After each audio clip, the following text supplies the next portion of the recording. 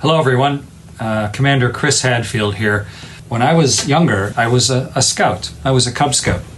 And they taught me some really important things. They taught me to be ready. Every week we got together for a meeting and we had to prepare. We had to get our kerchief ready. We had to think about the various mottos and ideas of scouting. We had to try and qualify for things. We had to change who we were as young people to try and become more qualified and competent and understand the world around us. And with each one of those accomplishments, we got to earn badges and levels of recognition. And that was a really important start for me. Because what I realized was, I don't always just have to be this little beginning of something. I can actually start to turn myself into maybe someone who could fly a rocket ship. Hi, I'm Declan Brady. I'm part of the National Air Activities Skills Adventure Team.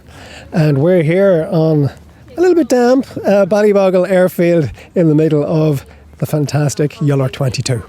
The main thing for the Iolar Challenge is to give our scouts, our youth members, an opportunity to engage with, very particularly, everything that goes on in aviation. It's such a big part of the Irish economy and so on.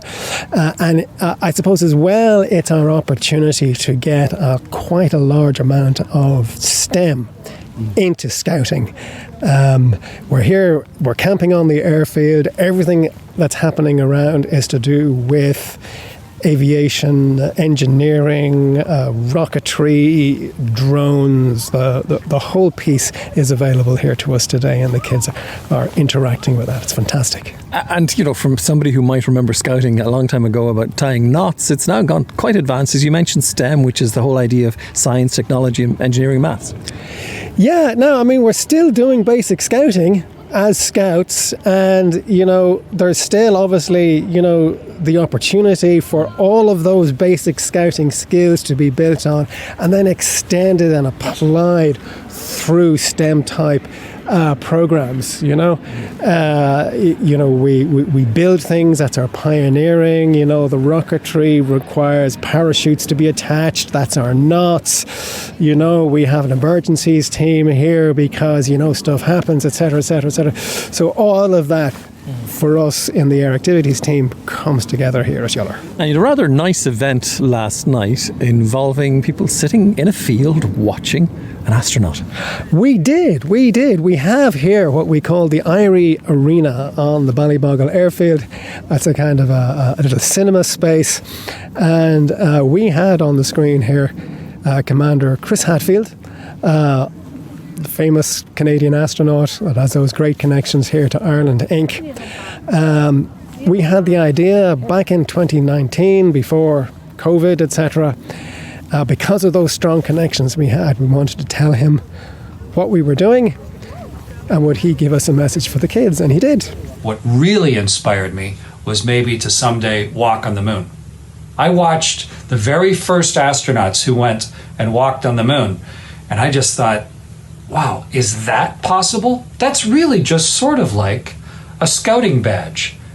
If I can somehow change who I am from this little nubbin of a person that I write now, maybe I can somehow become a person who could fly in space. But it's really up to me. I just have to earn all the right badges. I have to take who I am right now, study, work, prepare, get myself ready, and maybe someday someone will trust me to do something as magnificent as fly a rocket ship and become an astronaut and fly in space. And amazingly enough, that actually happened. As Chris said, it all starts with scouting. It's about giving kids the opportunity, the availability to learn, to grow, to explore themselves, to learn from that experience, to make the mistakes that need to be made in a safe environment, to build on that, to have great imaginations, and who knows where that goes. What would be your hope for the Iolar Challenge in years to come? You want to see it grow? We do. We want to in the years to come, perhaps have opportunities spread more around the island. Iolar will be here, absolutely, in Ballyboughal, but maybe we can bring some of what we were doing to different places. There are other airfields we can go to, and there are very portable things we can do. We also want to bring back, that we did back in 2019 and 2018, skill days for scouters, because we want this programme in the scout dens, in the meeting places, on the camps and so on, so that everybody has access to this. If somebody was being, I suppose, a little bit disingenuous, they might think young people are a little bit less inclined towards scouting and more inclined towards technology. You've proved otherwise. Absolutely. We've 130 odd kids here today, all getting stuck in with this technical stuff, and all of the different aspects of what makes this possible is on display here today for the kids to see and enjoy and explore.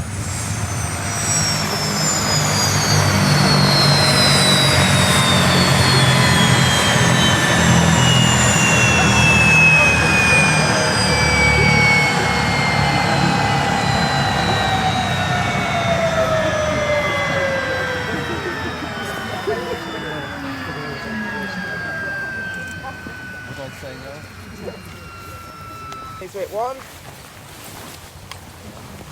Right, Casey, we just wait for them to come down. Troop alert!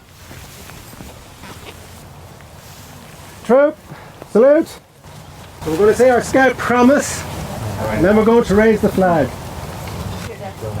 And each of you can say your personal spiritual version. On my honour, I promise that I will do my best to uphold our scout principles, to help my community, and to obey the Scout law.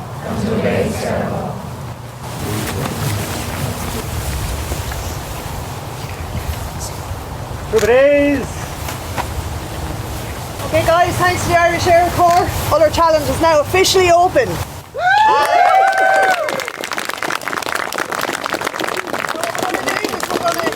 Off into your bases. The Irish Air Corps crew will be down in the dining tent having a breakfast, hopefully. Have a chat.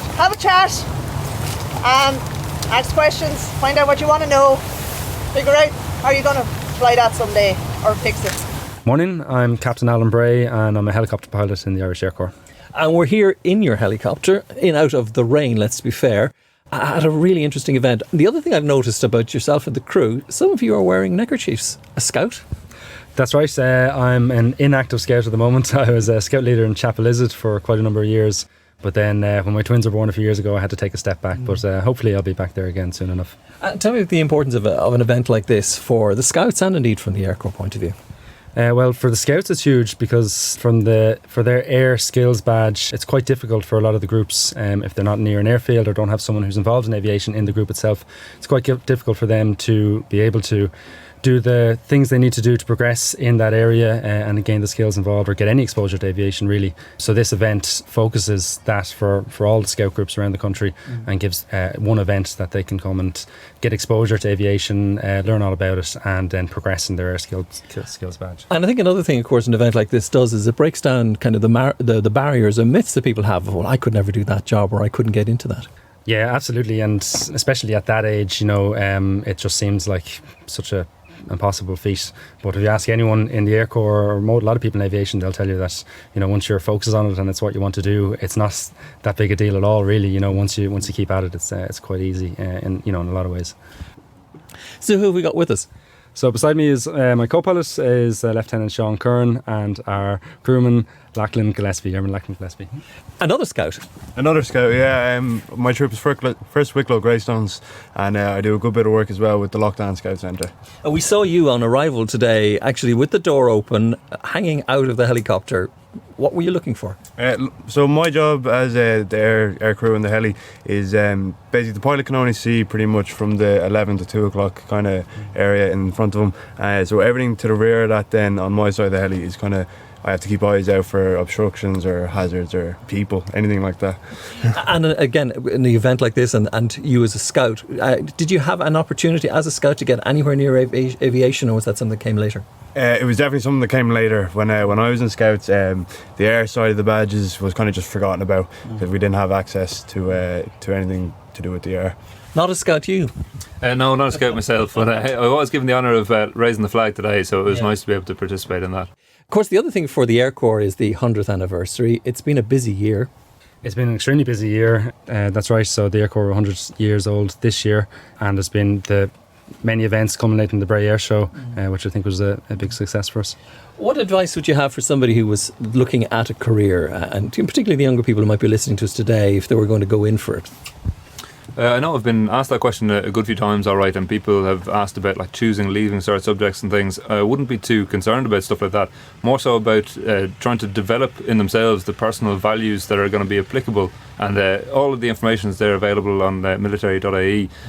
So all of the competencies that they need, including teamwork skills, working under pressure, communication, they're all applicable and important things to be working on, and things that you can do from a very young age, and just developing yourself into the appropriate candidate.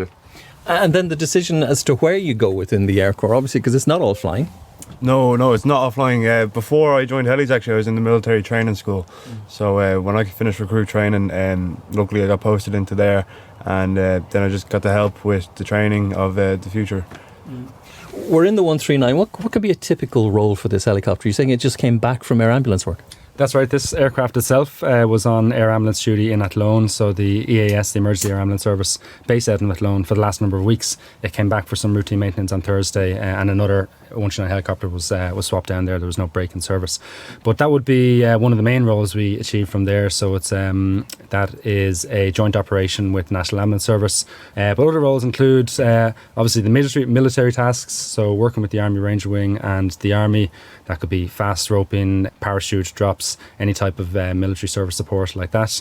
Another thing that keeps us quite busy, especially during the summer, and a summer like we've had now, is firefighting. So what we call Bambi bucketing, where we have a large bucket of water underneath the aircraft that we use to fight fires. Everything and anything in between, anything that's required of us. What does it actually feel like for you when you release the water? Because there's suddenly a lot of weight coming off the helicopter. That's right. We'd normally have about 1,250 litres underneath the aircraft. So that's quite a large percentage of our maximum all-up weight that gets released in one go. So there's essentially it's like a huge jolt. The aircraft jolts upwards, and then obviously you can lower power then to compensate for that. But initially when you release, there's a bit of a jolt upwards, and the aircraft feels very light all of a sudden. And is that a two-pilot operation, a dropping water? Yeah, well, the 129's a two-pilot crew at all times, but firefighting would probably be one of the the most intense role that we have. So we tend to try to split the flying as much as we can with that. Maybe one pilot will fly for 10 drops and then the other pilot and swap over. And we do a lot of that because you certainly need it. It's quite fatiguing throughout the day. They tend to be long days as well, so you definitely need a break. Well, we've got to head back to the activities that are happening here at Ballyboughal. Guys, thanks for chatting to us. Yeah, no problem at all. Thank you. Katie Bergen, no stranger to Squawk 7000, and when the helicopter arrived in today from the Air Corps, you were quite busy. I greeted the Air Corps and did my little scout salute to them. They did their army salute back. Very proud of it. I received the flag off them and we hung it up. Now, what I didn't realise was that from the point of view of air activity with the Scouts, there are different levels. Can you go through them give you a rough idea of what's involved? There are. So in Scouting we have a few activities, one of them which is air activities, and we have 9 stages for that. 9 stages for each badge, and you work your way up, you do different activities and learn different skills to get up to your different stages. What's the top level? 9. What level are you? I'm level 9. I guessed as much. And you were involved in the briefing last night? It's the safety briefing. That went really well. Yeah. What were the things you were covering? Just went over FOD is a very important one, how to behave on an active runway at an active airfield. Just, use your common sense, don't litter, don't be messing, make sure you have visual eye contact, communication with the pilot if you're going near a plane. Treat all propellers and aircraft as live and dangerous, Even if they're not on. even if they're not on. What would you say to somebody who was thinking of getting involved in scouting, and particularly with some of the air activities? I think it's an amazing thing. You learn so many amazing skills at Scouts, like everything from air activities to first aid, camping, backwoods. Everything's brilliant. Lots of water activities too. You just learn skills for life, survival skills. That's it. What's your next aviation activity? Still training, still tipping away. Good. Well, best of luck with the event. Thank you so much, Michael. Morning, Michael. I'm Kieran from the Air Activities team here at Iolar this weekend. Didn't quite get the weather we were hoping for, but we crack on nonetheless. To be fair, that's never going to stop a scout, is it? No, absolutely not. To be honest, we were a little bit concerned about our industry speakers, whether they would be okay with the rains, because if we didn't scout when it was raining, we wouldn't scout at all. But everyone's just got stuck in. It's great, going great so far. And for the point of view of people listening to us and this, they have no idea at all about the connection between scouting and aviation. So there's a long history of air scouting, not just in Ireland but internationally, and about maybe 15 years ago, 10-15 years ago, we reorganised the programme in Scouting Ireland to not have specific air scouts, but just to incorporate air and aviation and all things kind of STEM related into the programme. So scouts, when they join at 6-7 as beavers, they have 9 different areas that they can gain awards in. So we have our traditional scouting things like hill walking, first aid, pioneering, camping. But aviation or air activities are one of those. So we've 9 levels of progression that they can go through, starting from, I understand the parts of an aircraft, wing, engines, all the way up, right to people who will get to level 9 that have actually got airborne. They've done full VFR flight plans. So it's a very progressive system from 1 to 9. And we have, I'm sure you'll talk to her at some stage today, but we have Katie around, who's our youngest level 9. I think she's only about 15 or 16. And that's an incredible achievement to get through all those levels in that time. And to be fair, we saw Katie involved there with the marshalling of the arriving helicopter and the flag. And she gave the safety briefing to all the youth members last night. So obviously the airfield is still active over the weekend as part of the attraction of the Iolar event. And Katie gave a great safety briefing, talking to them about FOB, the dangers of live propellers, what to watch out for when an aircraft is starting. So yeah, great job. Now, you mentioned the Iolar event, and again, I'm very keen initially just to get a context for this, because, to be fair, it's a Saturday morning, the cloud is on the deck, it's hardly even VFR at this stage. We're trying to look down here towards the airport, you can't even see the tower. What brings a bunch of enthusiastic young people and their leaders to an airfield on a Saturday? Well, I think first thing, credit to their leaders, because if we didn't have adult volunteers in scouting, none of this would happen, either on the air team side or the scouting side. So all over the country, we're just getting back to scouting. September is the start of our scouting year. So all the adults who are here have basically put this together at very short notice to get teams of 4 here. So the structure of the weekend is ranging from 11 and a half, 12 years up to 17. Teams of 4 will go around different activities during the day. So we have some that are just to allow them to chill, like we planetarium and stuff like that, where they can just kind of hopefully learn a little bit and take half an hour out. But we also have flight sims, we have drones, we have engineering base, we have ATC, air accident investigation team are here to help us. So we get phenomenal support from the industry. Like if you were to run this event commercially, I think it would probably be €750 a ticket. The industry comes together to support young people who have an interest in aviation, and it's phenomenal to see. What's your involvement? So I'm part of the air activities team. So like most of us, there's probably about 8 or 10 of us that form the core team that run the air or aviation programme within Scouting Ireland. So most of us would be scout leaders in a group. So I'm based in Waterford with a group of scouts down there. And the team come together, so our scouting day job, so to speak, is the local group in Waterford, and then our side hustle is to try and put some events together to promote aviation and primarily the career opportunities within aviation and STEM to youth members. So there's a lot of activities that scouting do which are kind of character building, like camping, hill walking, looking after your own gear, planning a budget, all of that kind of stuff. But we kind of feel that we have a little bit of a niche there in that there's a huge amount of careers in aviation, aerospace, all of that kind of stuff. And if you don't have the fortune or misfortune to come from an aviation family, a lot of that seems unreachable. You fly yourself. I do. I fly down in Waterford. I'm with Waterford Aero Club, where we fly down there. We're really lucky with 3 172s, all the facilities of Waterford Airport that go with it, and we're an approved training organisation. So, yeah, it's great side gig. And as you mentioned, the idea of making it accessible. I mean, even the idea sometimes of a club can sometimes seem a bit distant, maybe to a young boy or girl thinking, I'd like to get in there, but how do we even get through the door? I think, if you Google, I want to be a pilot, or, I want to be an engineer, a lot of that stuff seems kind of unreachable. Like, it seems like such a distant pipe dream. And a lot of times what will be number 1 and number 2 search results on Google will be the 120, 150,000 euro solution. And I think what we're trying to get across, on weekends like this and the activities we run, is that there are a whole lot more ways into the industry than writing a cheque for 150 grand. So, Dublin ATC are here, the IAA are here, the AAIU, we have engineering people from the IAA. Like, there's just, now it's only a 30-45 minute glimpse into each of those areas, but hopefully somebody will see something, or they'll get an opportunity to speak to somebody today, and they'll file it in the back of their mind, and then as CIO comes up and they're picking careers, they just know that it's an option, or they know that they can come and talk to us on the air team, and we give them as best advice we can. Over in the distance here, there are tents. People stayed here last night. Yeah, so it's a weekend event. So the groups arrive from all over the country on Friday night. We have central catering down there, so all they literally have to do is arrive, pitch a tent and sleep. We do individual catering, so the kids will cook for themselves, because that's a life skill and it's something that we want them to develop. But if we have weekends like this where the programme is particularly hectic and we don't want them to take time out to go and spend an hour and a half cooking dinner, we'll cater it for them. Where are the Scouts from today? All over the country. Yeah. So I know there's obviously a group here from Waterford, because I know them. We have groups from Clare, Meath, Dublin, Wexford. I'm trying to remember the rundown from last night in my head, but all over the place. So how's it going? I'm Colin from Irish Rocketry, and we're here with the Scouts launching a couple of rockets today. And we're actually in a tent with people, assembling their own rockets though? So we're in a small tent with 4 teams at the moment.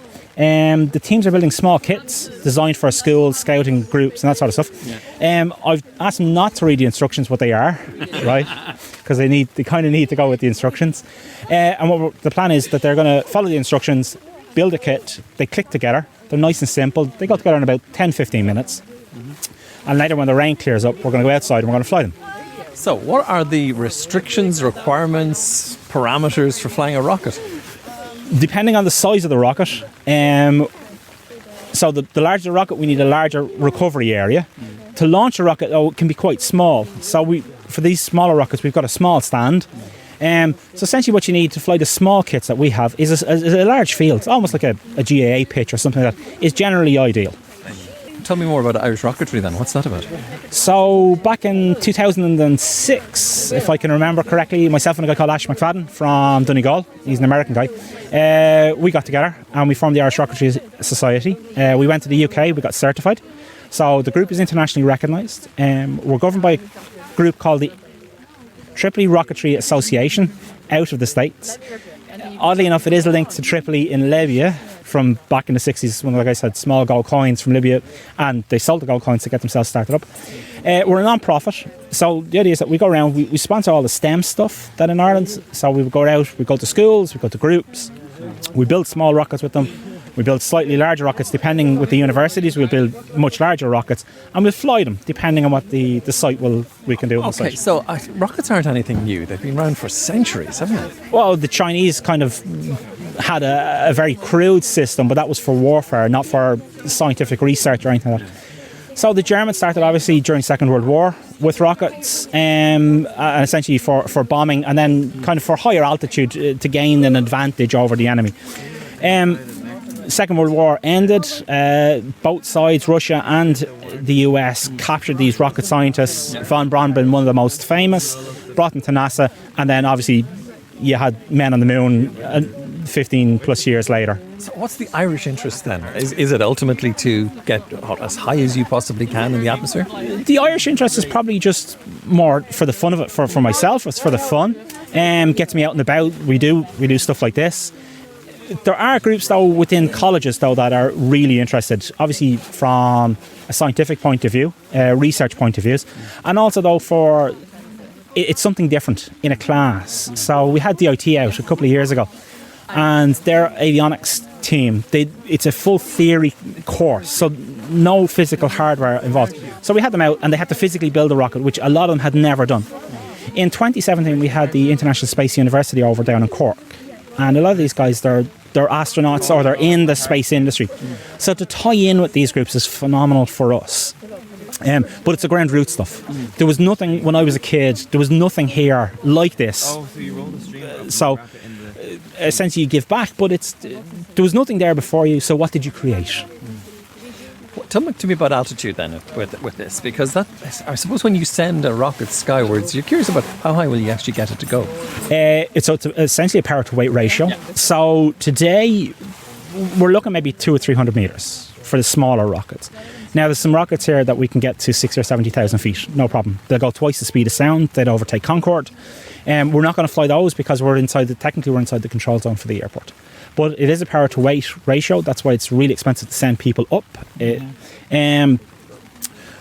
For the smaller kits that the kids are going to build today, there's a couple of different motors that we're going to use. And those motors provide the amount of power or impulse that provides the thrust.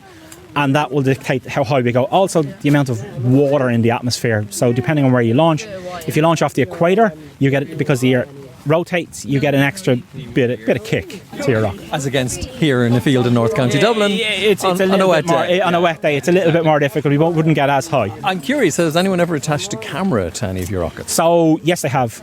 We support a group, a thing called CANSAT, and they literally put a GoPro on the side, and we got great video footage off that. You can actually buy kits with high definition cameras built in. So for maybe $100 or something like that, you can go out, you can buy the kit, and then via Bluetooth or off a USB, just plug it in and get the video footage of your rocket leaving. Do you always get your rocket back? No. It's been expensive. There's rockets up trees, there's rockets in lakes, there's rockets in the sea. There's rockets that have hit the ground and are now basically confetti, unfortunately. Don't always get them back. It's nice to get them back because they are completely reusable. The kits that the kids are building today are, again, completely reusable. We'll launch them. They'll take out the small motor once they recover it. They can just repack the parachute, bit of wadding, put in a new motor, and the rocket should be able to go again. Now, sometimes it's great because if they get damaged, then they have to think, what happens? It's failed. So they've got to think about how, if they want to fly it again, they've got to be able to think about fixing it. What do you put back on it? And if anybody finds one of these rockets, what should they do? So they can just go to irishrocketry.com. There's a contact us. Just tell me you found a rocket. The email comes through to myself. If it's a small rocket, keep it. Right? If it's one of the large ones, it's going to belong to somebody and they've put a lot of time and effort in. So the kids today, and when we go to launches or to schools, the kids keep the kits. It's theirs, essentially. And if I'm at an event or something like this, and if I just pull kids out of the crowd, normally what I do is the kid comes up, press the button, it's their rocket, because they've pressed the button, and that's normally what we do. Tell me about some of the activities going on here. What have you got them doing?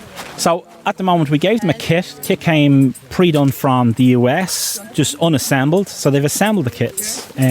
Some of them have followed the instructions. I've asked some of them not to try it first because it gives you a bit of learning. That's a really interesting approach too, because most people I know wouldn't actually read the instructions anyway. No, but they wouldn't. But if you give them a problem, going to Mars, for example, we don't have a set of instructions. Yes. When the US started testing high altitude aircraft or something, they had no set of instructions. So they have to test and that sort of stuff. So it gets them into a frame of mind of testing and trying to just work out problems or anticipate problems. It looks like you have a team here who are actually finished. Hi guys, how are you? Do you want to say hello and who you are and where you're from? Yeah. I'm Philip, this is Caitlin, Bronwyn and Georgia, and we're from Blessington. In Blessington, what have you just managed to complete? We've just built a rocket. Are you sure? Yes. Did you follow the instructions? No instructions. So what have you learned from the process? To work as a team. Yeah. Folks, did you work as a team or was just one person in charge? No, we worked as a team. Yeah? Okay, so there's some teamwork and you get to launch it later on. Yeah. What are your expectations of it? Where's it going to go? Mars. Excellent. Well, unless you've packed anything else in there, messages to anybody in Mars or anything, no? Yeah, of course. Yeah. To the aliens as well. Okay. Yeah. Brilliant. Well, best of luck with the launch. Thanks. Thank you. What really inspired me was maybe to someday walk on the moon. I watched the very first astronauts who went and walked on the moon, and I just thought, wow, is that possible? That's really just sort of like a scouting badge. If I can somehow change who I am from this little nubbit of a person that I write now, maybe I can somehow become a person who could fly in space. But it's really up to me. I just have to earn all the right badges. I have to take who I am right now, study, work, prepare, get myself ready, and maybe someday someone will trust me to do something as magnificent as fly a rocket ship and become an astronaut and fly in space. And amazingly enough, that actually happened. To get the news first, subscribe now to Squawk 7000 on your favourite podcast platform.